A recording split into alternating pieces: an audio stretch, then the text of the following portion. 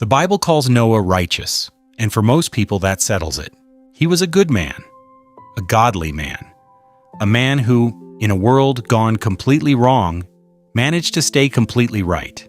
God saw it, God said it, and that is the end of the discussion. We move on to the ark, the animals, the flood, and the rainbow. But there is a problem hiding inside that simple summary, and it is not a minor problem. The word the Bible uses to describe Noah, the Hebrew word tsaddiq, translated as righteous, is one of the most theologically loaded words in the entire Old Testament. And when you understand what it meant in the world the text was written in, and when you place it next to the other things Genesis says about Noah in the same breath, the picture that emerges is far more complicated, far more honest, and far more interesting than the children's Bible version ever suggested. Because the text does not simply call Noah righteous, it calls him righteous, and then immediately qualifies it in a way that most English readers pass over without noticing. That qualification has been sitting in Genesis 6 for thousands of years, and it changes everything about what his righteousness actually meant. We will come back to that. But first, we need to hear what most people believe about Noah, because the popular version is not wrong, so much as it is dangerously incomplete. The Sunday school portrait of Noah is essentially a story about moral exceptionalism. The world has collapsed into violence and corruption. Genesis 6:5 states it in language that is almost unbearable in its totality. The Lord saw that the wickedness of man was great in the earth, and that every intention of the thoughts of his heart was only evil, continually. Every intention, only evil, continually. The text is not describing a world that has drifted morally. It is describing a world that has fully arrived somewhere terrible. And in the middle of all of that, Noah stands apart. Genesis 6:9. Noah was a righteous man, blameless in his generation. Noah walked with God. 3 descriptors: righteous, blameless, walking with God. The implication seems clear. Here is a man who got it right when everyone else got it wrong. A moral outlier. The one good person in a generation of the irredeemably corrupt. God sees him. God chooses him. God saves him and his family and starts the world over through them. It is a clean story. Righteousness is rewarded. Evil is judged. The survivor is the one who deserved to survive. But the text has always contained a phrase that this version quietly absorbs without ever really examining. Genesis 6:9 does not simply call Noah righteous, it calls him righteous and blameless. And then it adds 3 words in Hebrew that most English translations render as "in his generation." In his generation. That phrase has divided scholars and Jewish interpreters for centuries, and the division is not trivial, because in Hebrew, the phrase "bedorotav," in his generations, can be read 2 ways. And the 2 readings produce 2 entirely different portraits of Noah. The first reading is straightforwardly positive. Noah was righteous among the people of his time. Given how corrupt his era was, his righteousness was all the more remarkable. He stood out. He held on. He maintained his integrity in the worst possible moral environment, which makes his goodness more impressive, not less. The second reading, and this is the one the rabbinical tradition has wrestled with most seriously, is comparative and therefore quietly limiting. Noah was righteous relative to his generation. He was the best of a catastrophically bad era. Had he lived in the time of Abraham, the implication goes, he might not have been particularly distinguished. The Talmud records this exact debate.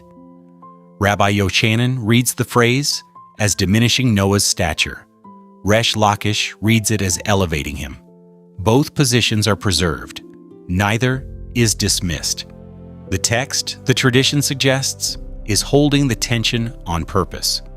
And that tension Righteous, yes, but righteous with a qualifier attached, opens a window into something the Noah story has always been trying to show us about the nature of human goodness before God.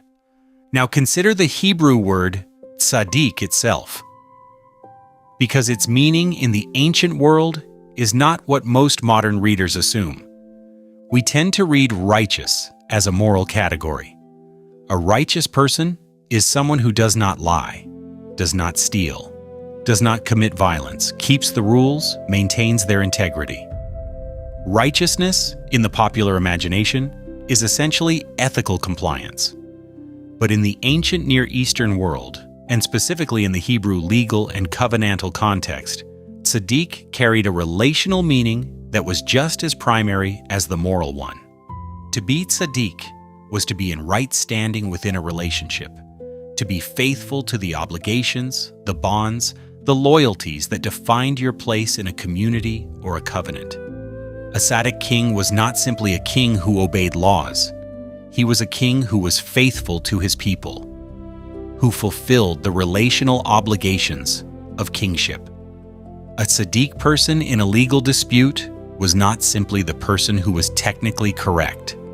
They were the person who had been faithful to the relationship the dispute was about. When Genesis calls Noah tsaddiq, it is not primarily saying he was morally perfect. It is saying he was relationally faithful. He was in right standing with God, with the covenant obligations of his time, with the bonds that defined what it meant to be human before the Creator. That is a different kind of claim, and it matters for how we read everything that comes next. There is something else about Noah that the popular version consistently underemphasizes, and it involves what he did for 100 years before a single drop of rain fell. The timeline embedded in Genesis suggests that from God's commission to Noah to the opening of the floodgates was approximately 100 years. Scholars derive this from comparing the ages and genealogical data in Genesis 5 and 7. Noah receives the command. Noah builds, and the world around him continues exactly as it was, eating, drinking, building, marrying, apparently without any awareness that the ground beneath their entire civilization is about to be removed. 2 Peter 2:5 calls Noah a herald of righteousness, a preacher in some translations. The tradition preserved in that description is that Noah did not simply build in silence, he warned. For a century, presumably, he announced what was coming and was ignored. That detail reframes the nature of his righteousness considerably. It is one thing to be privately faithful when the world around you is corrupt. It is another thing to stand publicly, repeatedly, in front of people who have decided you are wrong, and keep saying the same thing for 100 years without a single visible result.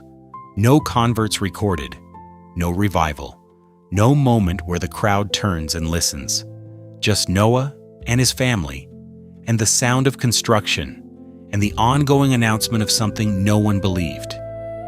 The righteousness of Noah was not the righteousness of someone who retreated from a corrupt world and kept his hands clean. It was the righteousness of someone who stayed in it, kept building, kept speaking, and kept trusting in what had been revealed to him, decade after decade, without any external confirmation that he was right. And then there is the moment after the flood that almost every popular retelling quietly omits.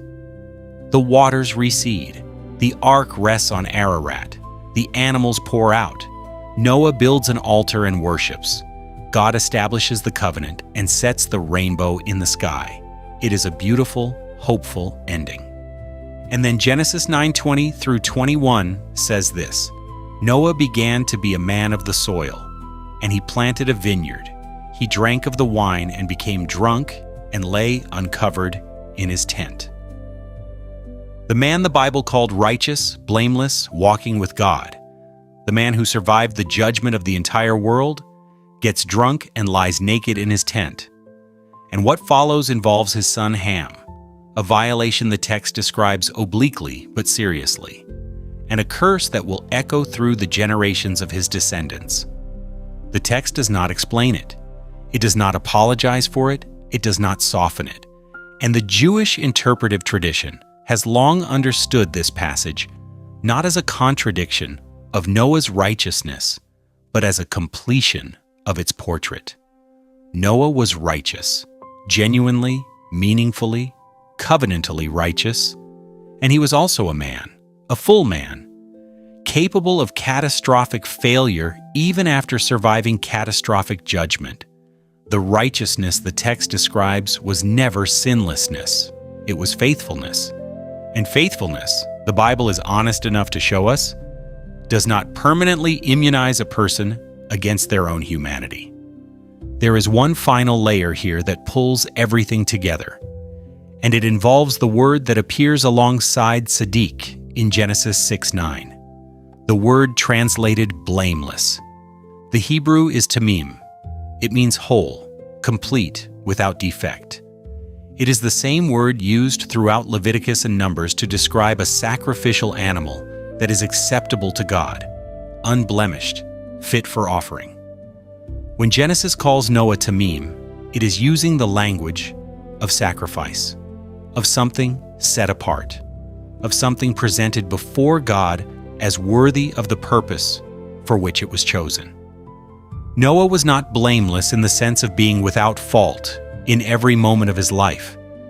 He was tamim in the sense of being whole, undivided in his orientation toward God, complete in his faithfulness to what had been asked of him, set apart for a purpose in a way that his entire life, taken as a whole, reflected. The word is a covenant word, a priestly word, a word about wholeness of direction, not perfection of record. When you hold all of this together, the qualified praise of righteousness in his generation, the relational depth of tsaddiq that goes far beyond moral compliance, the 100 years of obedient building and unheeded warning, the post-flood failure that the text refuses to hide, and the tamim that speaks of wholeness rather than flawlessness. What emerges is not a simple story about a good man who earned his survival. It is a portrait of what genuine faithfulness actually looks like inside actual human limits. Noah was not righteous because he was perfect. He was righteous because he was faithful. Over the long arc of his life in the direction of his deepest loyalties, toward the God who had spoken to him, even when it cost him a century of credibility, even when no one believed him, even when the obedience required must have looked from the outside like madness. The central insight of Noah's righteousness is this: God did not choose a perfect man. He chose a faithful one, and he worked the salvation of a world through that faithfulness, its strengths, its limits, and everything in between. That distinction between perfection and faithfulness is not a minor theological nuance. It is the thing that makes the Noah story livable, because none of us will ever be perfect, but faithfulness. The long, quiet, undramatic, sometimes lonely, sometimes failing orientation of a life toward God. That is something a human being can actually do. Noah did it, not without failure, not without limit, but without turning away. And it was enough.